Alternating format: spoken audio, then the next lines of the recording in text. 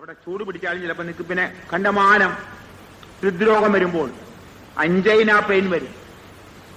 പിന്നെ ഭയങ്കര വേദന എന്നാ പറഞ്ഞത്. എനിക്കറിയില്ല ആ വേദന ഏത് വേദനയേക്കാൾ ഭയങ്കര വേദന എന്നാണ് രോഗികൾ പറഞ്ഞിട്ടുള്ളത്. ആ വേദന കുറയ്ക്കാൻ വേണ്ടി മാത്രം ഇവിടെ ചൂടാക്കാൻ ഞങ്ങൾ പറയാറുണ്ട്. ചൂടായി കഴിഞ്ഞാൽ വേദന മാറും, അതുകൊണ്ട് കുഴപ്പമൊന്നും വരികയില്ല. അഞ്ചൈന പെയിൻ വരുമ്പോൾ അസലായിട്ട് ചൂടായി കഴിഞ്ഞാൽ ആ വേദനയ്ക്ക് കുറവ് വരും. ഇതാണ് ഞങ്ങളുടെ അനുഭവം. അപ്പൊ അഞ്ചൈന പെയിനെ മാറ്റിയെടുക്കാൻ പറ്റും ചൂടുവെള്ളം കൊണ്ട്. ചൂടുവെള്ളം കൊണ്ട് മാറ്റിയിട്ട് അത് മാറിയില്ലെങ്കിൽ മാത്രമേ ഗുളിക കഴിക്കാൻ പാടുള്ളൂ നിങ്ങൾ പറയാറുണ്ട്. അപ്പൊ അതായത് ചൂടുവെള്ളത്തിന്റെ പ്രയോഗം വളരെ കുറയ്ക്കാം, തണുത്ത വെള്ളം എവിടെയും പ്രയോഗിക്കാം. ഇനി ഇത് കൂടാതെ ഒരു പ്രത്യേക രീതിയിലുള്ള ഒരു ചികിത്സയുണ്ട്. നമ്മുടെ നട്ടെല്ലെന്നൊരു സാധനമുണ്ട് നമുക്ക് ഇവിടെ. ഈ നട്ടെല്ല് ഇവിടെ മുതൽ ഇവിടെ വരെയുണ്ട്. ഈ നട്ടെല്ലിനുള്ളിൽ നിന്ന് 32 പേര് നെർവ്സ് ഉണ്ട്. നെർവ്സ് എന്ന് പറഞ്ഞാൽ ഞരമ്പുകൾ. ഈ ഞരമ്പുകളാണ് ശരീരത്തിന്റെ എല്ലാ ജോലിയും ചെയ്യുന്നത്. 32 പേഴ്സ് ഉണ്ട്. ഈ ഞരമ്പുകളാണ് എപ്പോഴും ചൂടായിരിക്കും. നമ്മുടെ ജീവിതം വളരെ പ്രത്യേക രീതി ആയതുകൊണ്ട് ഈ നെർവ്സിന് എപ്പോഴും ചൂടാ അനുഭവപ്പെടുക. അപ്പൊ ആ ചൂടോടുകൂടി നട്ടെല്ലും ചൂടായിരിക്കും. അപ്പൊ നമ്മുടെ ശർമാജി ഇങ്ങനെ നെർവസ് ട്രബിൾ വന്ന് വല്ലാതെ വിഷമിച്ച സമയത്ത് പല ബാത്തുകളും ശ്രമിച്ചു നോക്കി, ഒന്നുകൊണ്ടും ശമനം കിട്ടിയില്ല. അദ്ദേഹം വളരെ ഇന്റലിജന്റ് ആയിട്ടുള്ള ആളായതുകൊണ്ട് അദ്ദേഹം കണ്ടുപിടിച്ച ഒരു ടബാണ് സ്പൈനൽ ബാത്ത് ടബ്.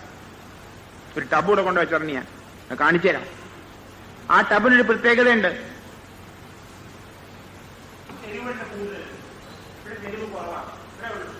ഇതിനുള്ളിൽ കിടക്കാൻ പറ്റും. അപ്പൊ ഈ ടബിന്റെ ഉള്ളില് അദ്ദേഹം മനസ്സിലാക്കിയത് നമ്മുടെ നട്ടെല്ലിനെ തണുപ്പിച്ചു കഴിഞ്ഞാൽ പല വിഷമങ്ങളും കുറഞ്ഞു വരുന്നു മനസ്സിലാക്കി. നട്ടെല്ല് ഉണക്കിഞ്ഞാൽ. അപ്പൊ അദ്ദേഹം എന്ത് ചെയ്യുന്നറിയാമോ? കുറച്ച് വെള്ളം ഒഴിച്ചു, ഒരു 2 ഇഞ്ച് വെള്ളം ഒഴിച്ചു അതിൻ്റെ ഉള്ളിൽ, നട്ടിൽ തണുപ്പാൻ വേണ്ടി മാത്രം. എന്നിട്ട് അതിലങ്ങ് കിടന്നു കഴിഞ്ഞപ്പോൾ ഒരു വളരെ സുഖം കിട്ടി. ആ നട്ടൽ തണുത്തപ്പോൾ ഞരമ്പുകളെല്ലാം കൂളായി. തണുത്തപ്പോൾ ശരീരത്തിന്റെ ആകപ്പാടെയുള്ള ഒരു സുഖം അങ്ങനെ അനുഭവപ്പെട്ടു.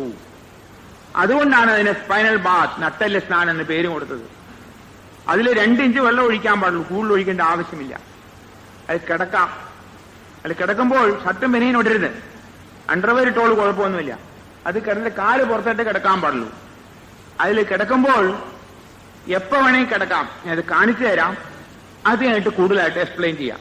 ആദ്യം കിടക്കണ കാണിച്ചു തരാം, പേടിക്കണ്ട. ഒരു 2 ഇഞ്ച് പച്ചവെള്ളം ഒഴിക്കുമ്പോൾ നട്ടെല്ല് മുഴുവനും മൂങ്ങിക്കിടക്കും. അത് ആ തണുപ്പ് കൊണ്ട് നിങ്ങൾ അറിയാതെ തന്നെ ഉറങ്ങിപ്പോവും. ഉറക്കമില്ലാത്ത ഉറക്കം വരും.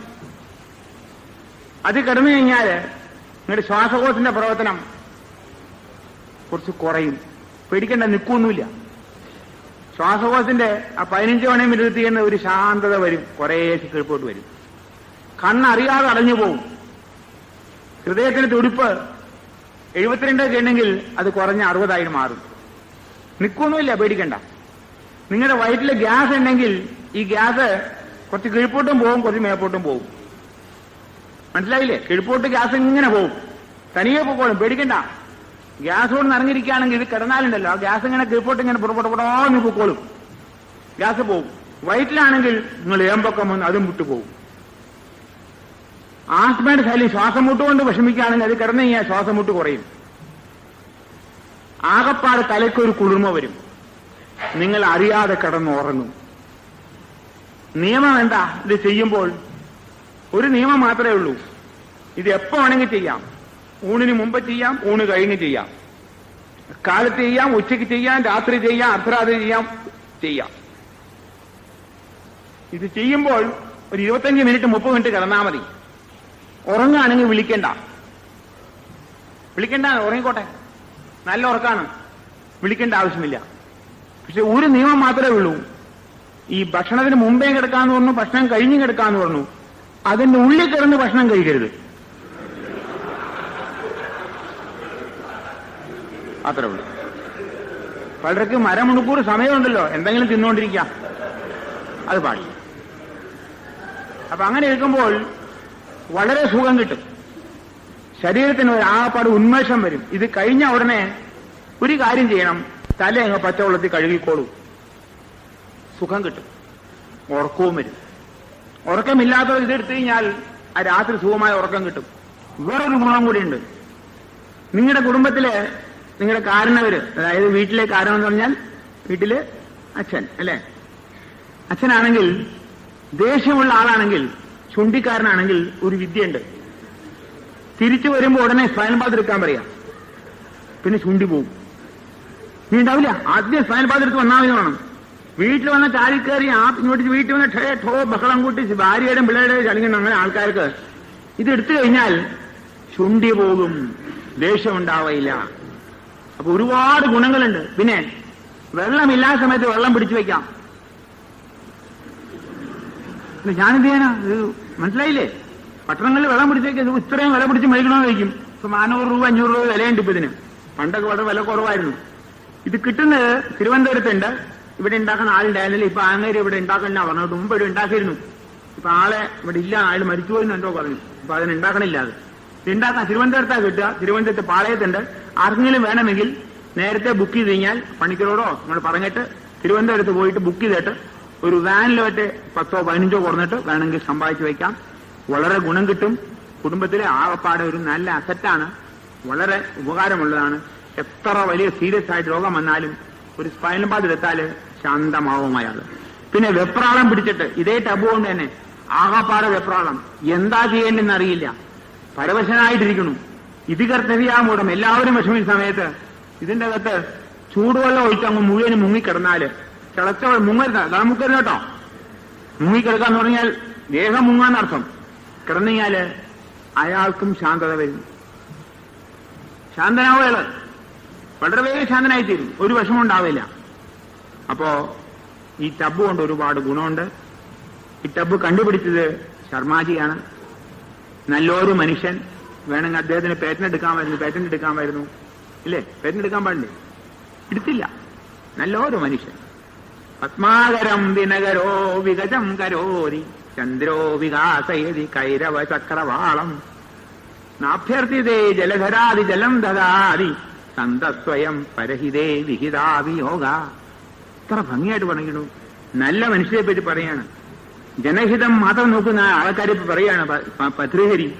പത്മാകരം ദിനകരോ വികജം കരോരി. പത്മാകരം എന്ന് പറഞ്ഞാൽ നമ്മുടെ താമരപ്പൂവിന് വികസിപ്പിക്കണു സൂര്യൻ ചോദിക്കാതെ തന്നെ.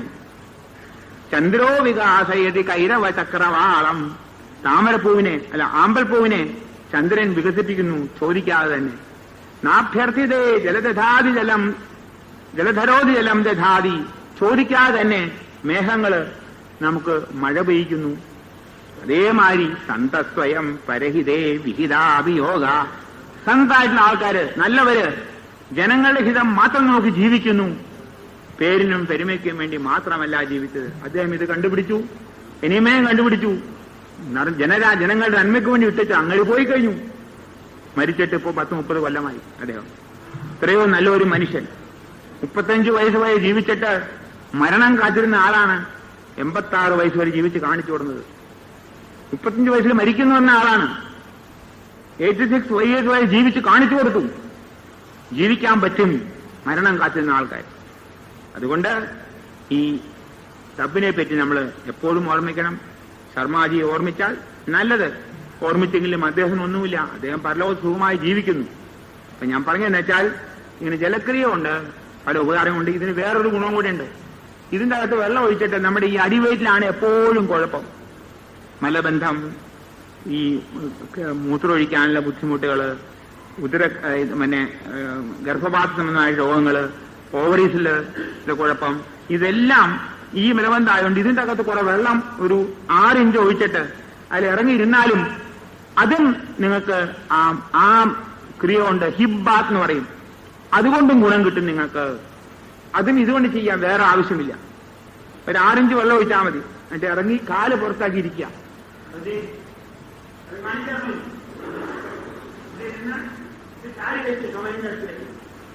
അപ്പൊ ആ വെള്ളം അടിവയറ്റിൽ ഇങ്ങനെ തണുപ്പ് വരും. ആ തണുപ്പ് കൊണ്ട് പല വിഷമങ്ങളും ഇല്ലാതാവും. പൈൽസ് ട്രബിൾ ഇല്ലാതാവും.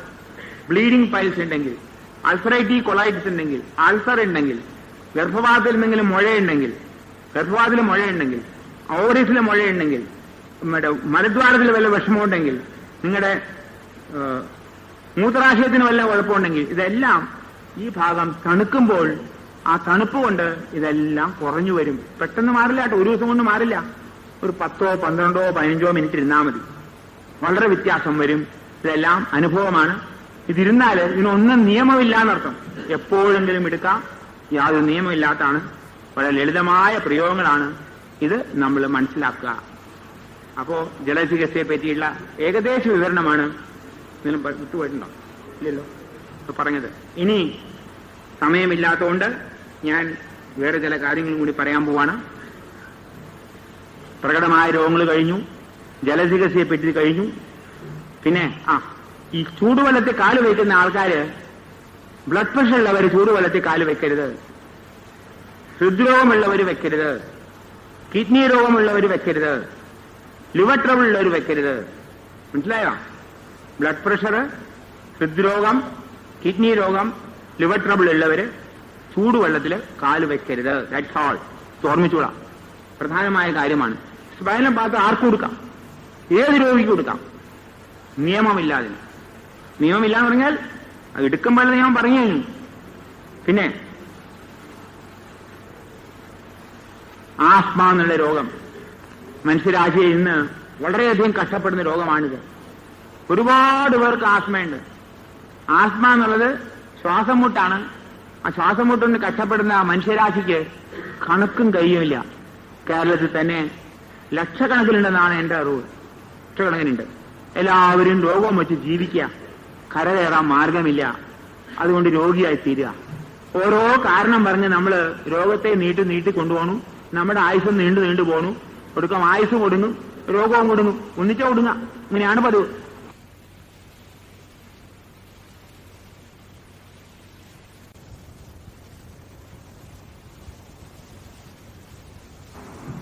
ഈ ആസ്മ രോഗത്തിന് പൂർണ്ണമായി മാറ്റാനുള്ള പ്രതിവിധി എന്ത്?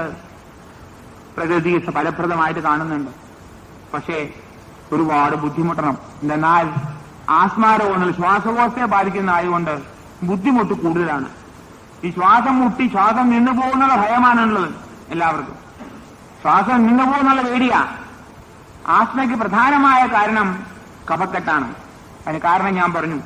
തുടർച്ചയായിട്ടുള്ള ഈ ജലദോഷത്തെ പിടിച്ചമർത്തുന്നതുകൊണ്ട് ശ്വാസനാളങ്ങളിൽ കഫം കെട്ടിക്കിടക്കുമ്പോൾ ശ്വാസനാളത്തിന് വികസിക്കാനും ചുരുങ്ങാനും ഇല്ലാതെ വരുമ്പോൾ ജീവൻ തന്നെ ആ ശ്വാസകോശത്തിലും ശ്വാസനാളത്തെയും ഫോഴ്സ് ചെയ്തിട്ട് നിങ്ങളെ കൊണ്ട് ശ്വാസം വലിപ്പിക്കുകയാണ്. ഒരു പക്ഷേ ആസ്മ എന്നുള്ള രോഗമില്ലെങ്കിൽ ഇന്ന് അനേകം പേര് അകാല മൃത്യുവിലേക്ക് പോയേനെ. എന്തെന്നാൽ സാധാരണ ശ്വാസം നേടാനുള്ള നിവൃത്തി ഇല്ലാത്തത് കൊണ്ടാണ് ദീർഘമായിട്ട് വലിക്കാനായിട്ട് ജീവൻ ചെയ്യുന്ന പ്രവൃത്തിയാണത്. അത് നിങ്ങളുടെ നന്മയാണ്. ആസ്മ എന്നുള്ള രോഗമില്ലെങ്കിൽ നിങ്ങൾക്ക് ജീവിക്കാൻ സാധ്യമല്ല. You may die. ആസ്മ വരുന്നത് തന്നെ നിങ്ങൾ രക്ഷിക്കാൻ വേണ്ടിയാണ്. ജീവന്റെ പ്രവൃത്തിയാണ്. തെറ്റിദ്ധരിക്കല്ലേ. ഞാൻ പറഞ്ഞു, ജീവൻ ചെയ്യുന്ന സർവ്വപ്രവൃത്തിയും നിങ്ങളുടെ നന്മയ്ക്കാന്നുള്ളത്. ഒരു പക്ഷേ ഇങ്ങനെ വീക്ഷിക്കുന്ന ഒരു ഡോക്ടറോ വൈദ്യനോ ഉണ്ടെന്ന് എനിക്ക് തോന്നുന്നില്ല. തോന്നുന്നില്ല. പക്ഷെ ഇത് വീക്ഷണം ഇങ്ങനെയാ വേണ്ടത്. ആസ്മ വരുന്നത് എന്നെ രക്ഷിക്കാൻ വേണ്ടി ആസ്മ വരുന്നു. ആ ശ്വാസോച്ഛ്വാസം ഇങ്ങനെ നടന്നില്ലെങ്കിൽ എന്റെ ശ്വാസം നിന്നുപോകും. സാധാരണ ശ്വാസം വലിക്കാൻ നിവൃത്തിയില്ല കഫക്കെട്ടുകൊണ്ട്. അപ്പൊ ശക്തിയായിട്ട് വലിക്കണേ. അപ്പൊ ഈ വലിവിനെ നിർത്താനാണ് നോക്കുന്നത്. അപ്പൊ കഫക്കെട്ടാണ് പ്രധാനമായിട്ടുള്ള കാരണം. രണ്ടാമത്തെ കാരണം പുകവലി. പുകവലി കൊണ്ടുള്ള ശ്വാസകോശത്തില് കേടുവരും. പുകവലിയും മദ്യപാനമില്ല. പുകവലിച്ചുകൊണ്ട് ശ്വാസം മുട്ട് വരും. ഭർത്താവ് പുകവലിച്ചാൽ ഭാര്യയ്ക്ക് ശ്വാസം മുട്ട് വരും. ഒരു കേസുണ്ടായിരുന്നു എറണാകുളത്ത്.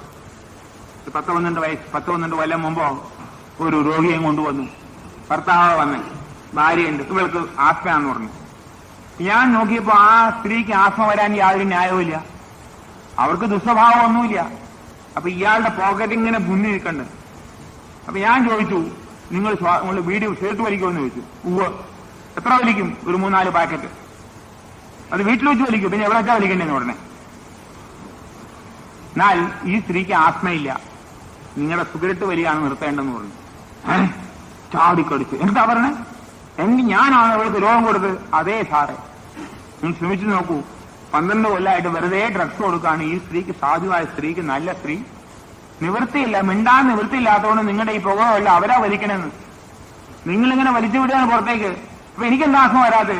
നിങ്ങളെ ഉള്ളിൽ വലിക്കണില്ല, വലിക്കുന്നത് അവരാ, അടുത്തുള്ള ആള്. ആ വീട്ടിൽ നിന്നുകൊണ്ട് ആ പുക വീഴും നിന്ന് പാവം അതിങ്ങനെ കഷ്ടപ്പെടുക.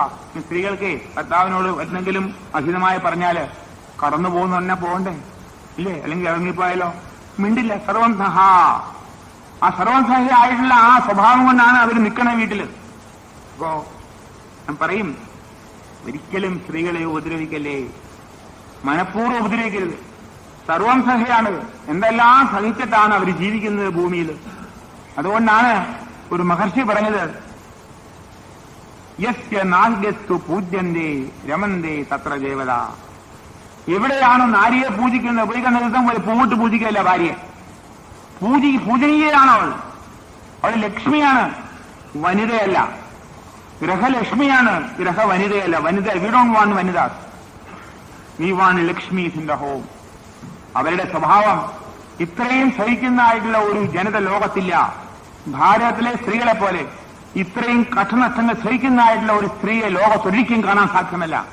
അതുകൊണ്ടാണ് പാശ്ചാത്യര് നമ്മുടെ പെൺകുട്ടികളെ അന്വേഷിച്ച് വരേണ്ടത്. ഇവിടെ സുഖമായി ജീവിക്കാം അവർക്ക്. മനസ്സിലായോ? മറ്റതേ എന്തെങ്കിലും എതിര് പറഞ്ഞാൽ പോടാ പോകുന്ന പറഞ്ഞ് വലിച്ചെറിയും. അങ്ങനെയാണ് അവർ. ഷർട്ടും ബനിയനും മാറുന്ന മാതിരിയാണ് ഭാര്യയും ഭർത്താവിനും മാറുന്നത്. ഒരിക്കൽ പേപ്പറിൽ വായിക്കണ്ടായി, അമേരിക്കയിൽ 4ാമത്തെ ഭർത്താവിനുണ്ടായിരുന്ന മകളുടെയും 8ാമത്തെ ഭർത്താവിനുണ്ടായിട്ടുള്ളതും കൂടി കല്യാണത്തിന് പോയി അറ്റൻഡ് ചെയ്യാൻ പോയിരിക്കുന്നു. അതായത് 4ാമത്തെ മകള് ഭർത്താവിനുണ്ടായ മകള്, 8ാമത്തെ ഭർത്താവിനുണ്ടായ മകൻ. കേട്ടോ, ഇതൊക്കെയാണ് സ്ഥിതി. ഇങ്ങനെയൊക്കെ അവരുടെ കല്യാണത്തിന് പോവാണ്. ഭർത്താവും ഭാര്യയൊക്കെ ഇത്ര ഉള്ളുന്ന് തട്ടും പിന്നെയും ഊരണമാര് തട്ടും ഊരി വേറെ ഷർട്ട് ഇട്ടു. അത് തന്നെ. അവിടെ ഇതില്ല, ഇവിടെ അങ്ങനെയില്ല. നമ്മുടെ നോക്കൂ, നമ്മളെ എന്തൊരു ഭാഗ്യന്മാരാ ഈ ഭൂമി ജനിച്ചത്. ദുർലഭം ഭാരതേ ജന്മഹ എന്ന് പറഞ്ഞ മാതിരി ഈ ഭാരത് ജനിക്കുന്നതിന് ദുർലഭമാണ്. യൂറോപ്പില് ഒരു ഓപ്പൻ ഹീമൻ എന്ന് പറഞ്ഞ ഒരു വലിയ ഡോക്ടർ ഉണ്ടായിരുന്നു. ഓപ്പൻ ഹീമനല്ല, അങ്ങയുടെ പേര് ഷൂമേക്കർ എന്നൊരാളാണ്. അയാളോട് ചോദിച്ചു, നിങ്ങൾ മരണം കഴിഞ്ഞ് അവിടെ ജനിക്കേണ്ടതെന്ന്. അദ്ദേഹം നമ്മുടെ ഉപനിഷത്തും വേദങ്ങളും ഒക്കെ വലണം പഠിച്ചിട്ട് അങ്ങേറ്റം ജ്ഞാനിയായി തീർന്നു. അദ്ദേഹം പറഞ്ഞെന്താ അറിയാമോ? ഞാൻ മരിക്കുമ്പോൾ എനിക്ക് ജനിക്കേണ്ടത് ഗംഗാതീരത്താണ്. എന്താ പറഞ്ഞെന്ന് ചോദിച്ചു. ഗംഗാതീരത്തു നിന്നാണ് ലോകത്തുള്ളതായിട്ടുള്ള ഏറ്റവും നല്ല ചിന്തകളെല്ലാം പൊങ്ങി വന്നിട്ടുള്ളതെന്ന്. നല്ല ചിന്തകൾ മുഴുവനും വന്നിട്ടുള്ളത് ഗംഗാതീരത്തു നിന്നാണ്. I want to be born on the bank of Ganga എന്ന് പറഞ്ഞു. ദുർലഭം ഭാരതീയ ജന്മം. നമ്മളെല്ലാം ഭാഗ്യവാന്മാരാണ് ജനിച്ചത്. നമ്മുടെ സ്ത്രീജനങ്ങളെ പൂജിക്കണം, വർഷിപ്പ് ചെയ്യണം. Don't get angry unnecessary. You can get angry but they can get angry. അല്ലേ? അറിയാമല്ലോ. You can get angry but they can get angry. അപ്പുറത്ത് ഇപ്പത്തിരിക്കുകയാണ്. ലെഫ്റ്റ് ആൻഡ് റൈറ്റ് ഉള്ളു. നിങ്ങളുടെ റൈറ്റ് ആണ്. Your right is to get angry, their right is not to get angry. സഹിക്കുക. അതുകൊണ്ട് അവരെ ഒരിക്കലും ഉപദ്രവിക്കരുത്. അതായത് സിഗരറ്റ് വലിച്ചിട്ട് അത് മുഴുവൻ സഹിച്ചും കൊണ്ട് ആസ്മ കൊണ്ട് കഷ്ടപ്പെടുന്ന സ്ത്രീ 3 മാസം കഴിഞ്ഞപ്പോൾ ആസ്മ മാറി. ഒരു മരുന്നും കൊടുത്തില്ല. അയാളോട് പറഞ്ഞു, നിങ്ങളെ ഈ വലിയെല്ലാം വീടിന്റെ പുറത്താക്കാൻ പറഞ്ഞു. വീട്ടിന്റെ പുറത്ത് വലിച്ചോളൂ, വീടിന്റെ അകത്ത് വലിക്കരുതെന്ന് പറഞ്ഞു. ശരി, ചെയ്യാം. നിങ്ങളോട് വലിക്കണമെന്ന് ഞാൻ പറയല്ല, വേണമെങ്കിൽ നിർത്തിക്കൊള്ളാനും പറഞ്ഞു കേട്ടോ.